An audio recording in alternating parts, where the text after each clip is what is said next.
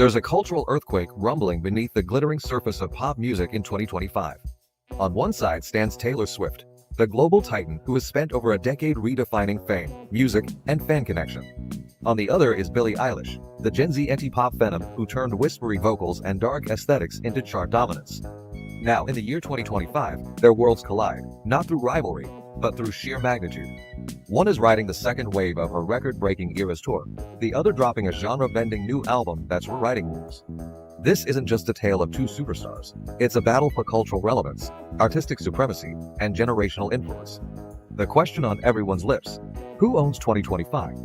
As the music industry and pop culture continue to evolve rapidly, Taylor Swift and Billie Eilish are not only surviving, they're thriving. But what does owning a year really mean in today's digital, globalized, and fandom-driven world? Is it ticket sales? Streaming numbers? Social media dominance? Or something more intangible, like who defines the emotional tone of a generation? To answer that, we must dive deep into what both Taylor Swift and Billie Eilish are bringing to the table in 2025 through their music, public personas, cultural impact, and the seismic responses they're generating. Because to own a year isn't just about what you do, it's about how deeply you move the world. Let's begin with the woman who has arguably set the standard for modern pop success. Taylor Swift has always understood timing. It's one of the reasons her Eras tour, arguably the most ambitious live concert experience in pop history, not only succeeded but became a cultural landmark. Initially launched in 2023, the tour surged into 2024 and now into 2025, breaking records at every turn. In this final lap, Swift has taken the Eras tour global in ways even her biggest fans couldn't have predicted. With new setlists, surprise songs, and even rumored collaborations, Taylor has transformed her concert into a moving museum of her career. Each stop becomes a destination, each night an event. Cities across Europe, Asia, and Latin America have reported massive tourism spikes due to Swift's presence. Her concerts aren't just concerts, they're economies. But it's not just nostalgia driving her. Swift's mind is still as forward-thinking as ever. After the release of 1989 Taylor's version in late 2023, she continued to push forward with Reputation Taylor's version in 2024. And then came 2025, a surprise new album, hinted at during cryptic speeches and lyric changes in her setlists. Dropped without warning, the Tortured Poets department crashed streaming platforms and immediately topped charts across over 100 countries. With it, Swift leaned even further into her literary songwriting, her melancholic storytelling, and her mastery of emotionally charged yet universally resonant pop music. Critics lauded it as her most mature, introspective work since Folklore. Fans embraced its stripped-back production, its lyrical density, and its brutally honest reflections on heartbreak and rebirth. Meanwhile, Swift's influence on younger artists remains undeniable, whether it's her storytelling, her vocal stylings, or her ability to turn personal diary entries into global anthems. Echoes of her artistry ripple through the industry. She's become more than a pop star, she's a benchmark. And in 2025, that power is fully visible, whether on stage, in streaming stats, or in the social movements she continues to support. Her advocacy for artists' rights, mental health, and women's empowerment remain woven into her public persona, giving her career a depth that few could match. Yet, as Taylor rides the tidal wave of her empire, Billie Eilish is forging an entirely different path, one that feels equally seismic but more enigmatic. In 2019, Billie Eilish arrived like a glitch in the Matrix. A teen who whispered instead of belted, who dressed in oversized clothing and wrote songs about death and detachment. She was a reaction to the shiny overproduction of pop, a mirror to Gen Z's anxiety-riddled introspection. Fast forward to 2025, and Billie isn't just a trend, she's a movement. Her third studio album, Hit Me Hard and Soft, released in the spring of this year, might be the most important piece of music in her career so far. While her debut was raw and minimal and her second album Happier Than Ever was experimental and emotionally charged, this latest record is something else entirely, a mature, lush, and genre-fluid body of work that challenges not only what pop can sound like, but what it can mean. Eilish has evolved both sonically and visually. Gone are the shot green roots and shadowy silhouettes. In their place, a subdued, vintage glamour with an eerie edge. It's not mainstream, but it's magnetic. In a world overwhelmed with digital noise, Billie remains a master of restraint. Every whisper, every bass drop, every surreal video becomes an event because of its contrast to the world's loudness. And her fans have followed her into this new era with fierce loyalty. Gen Z and younger millennials see Billie not just as a singer, but as an avatar of emotional authenticity. She talks about mental health without glamorizing it. She writes about alienation in a way that feels communal.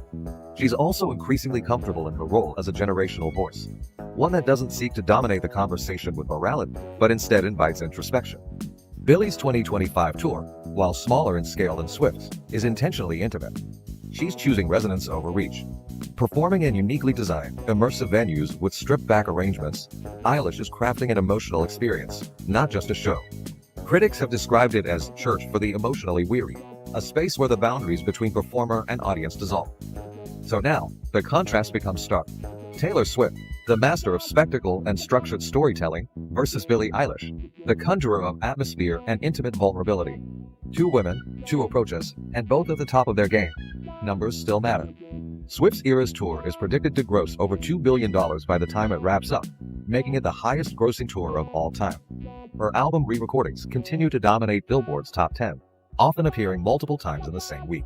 Swift's social media engagement remains unparalleled, even without traditional promotion.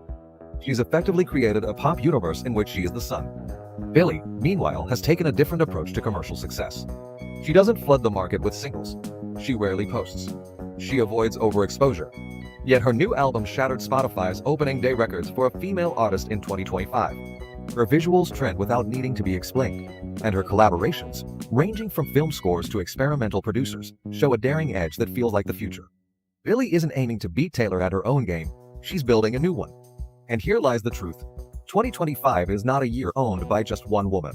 It's a year of coexistence, of two seismic forces in pop music shaping the culture from different poles. Swift is rewriting history and capitalizing on legacy. Eyelash is rewriting the rules and capitalizing on mystery. Together, they represent two halves of a modern pop world. The celebratory and the cerebral, the confessional and the cryptic, the maximalist and the minimalist. Beyond music, their cultural reach continues to evolve. Taylor's connection with her fans, what Swifties call Easter egg culture, has spawned endless theories, countdowns, and fan-led campaigns. It's created a world where fans feel like detectives, connected to a larger mystery. Billie, in contrast, gives less, but what she gives feels sacred. She speaks rarely, but when she does, it hits like thunder. In a time when most celebrities flood the zone, Billie withholds. That in itself is powerful. Both artists also transcend music. Taylor Swift's involvement in politics, from voter registration drives to statements on women's rights, continues to make headlines. Her cultural presence is so significant that economists even study her impact. Billie, meanwhile, has ventured further into the film world, scoring major projects and winning Oscars. She's also a frequent collaborator with environmental movements, pushing sustainability in fashion and live shows. Their influence is multidimensional: art, activism, identity. If 2023 and 2024 were the years of Taylor Swift dominating the past and present through nostalgia and reinvention, then 2025 is the year she cements herself as the defining pop artist of the last 2 decades. If 2019 was Billie's breakout and 2021 her transformation, then 2025 is her coronation, not as the next big thing, but as the current and future voice of a new generation. So, who owns 2025? The answer might be both, in different ways. Swift owns the collective celebration of memory and mastery. Billie owns the future's emotional blueprint. Taylor provides the soundtrack to our triumphs. Billie, the score to our quietest pain. Taylor's voice echoes in stadiums. Billie's whispers linger in our headphones. Taylor builds empires. Billie builds worlds. In the end, perhaps the better question isn't who owns 2025, but what does it mean to own a year in pop culture anymore? If it means dominating charts, Taylor's your answer. If it means shifting taste, Billie has the crown. If it means emotional relevance, artistic boldness, and audience devotion, then both women stand shoulder to shoulder, ruling 2025 not as competitors, but as co-authors of pop music's most fascinating chapter yet. The beauty of 2025 lies in the coexistence of these two monoliths, proof that pop music doesn't have to choose between past and future, between spectacle and substance, between confession and innovation. Who do you think comes out on top? Drop your thoughts in the comments. You're watching Creative Comparisons. Don't forget to subscribe so you don't miss our next great matchup. Got a comparison in mind? Tell us below. We might feature it next.